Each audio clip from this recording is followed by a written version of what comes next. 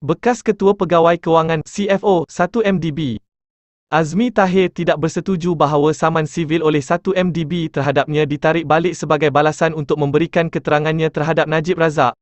Dia bagaimanapun bersetuju dengan pasukan peguam bekas Perdana Menteri itu bahawa nama beberapa saksi pendakwaan juga digugurkan daripada saman sivil yang sama. Semasa perbicaraan terhadap Najib berhubung kes rasuah melibatkan dana RM2.28 bilion 1MDB.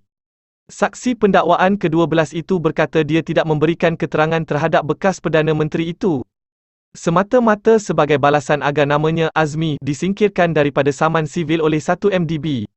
Saksi itu berkata demikian ketika pemeriksaan balas oleh Peguam Belah Hariharan Tara Singh, yang berhujah bahawa 1MDB menggugurkan saman sivilnya supaya dia memberi keterangan terhadap Najib. Hariharan, anda setuju walaupun terdapat tuntutan besar saman sivil 1MDB terhadap anda. Saman itu kemudiannya dipindah dan nama anda dibuang. Azmi, ya. Hariharan, saya menyatakan kepada anda bahawa nama anda telah dikeluarkan daripada saman sivil ini supaya anda boleh memberikan keterangan terhadap Najib. Azmi, saya tidak setuju.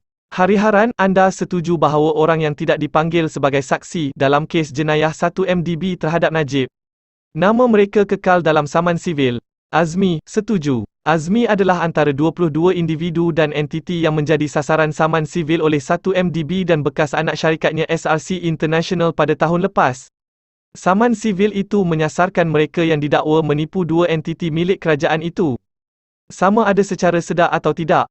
Bagaimanapun, pada penghujung tahun lalu dilaporkan beberapa nama defendan telah dikeluarkan daripada saman sivil berkenaan.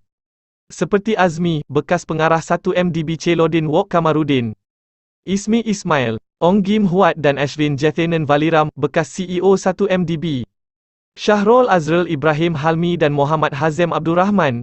Selain Azmi yang kini berada di kandang saksi, saksi lain seperti Syahrul Azrul, Hazem dan Ismi sebelum ini telah memberi keterangan untuk pihak pendakwaan dalam perbicaraan terhadap Najib.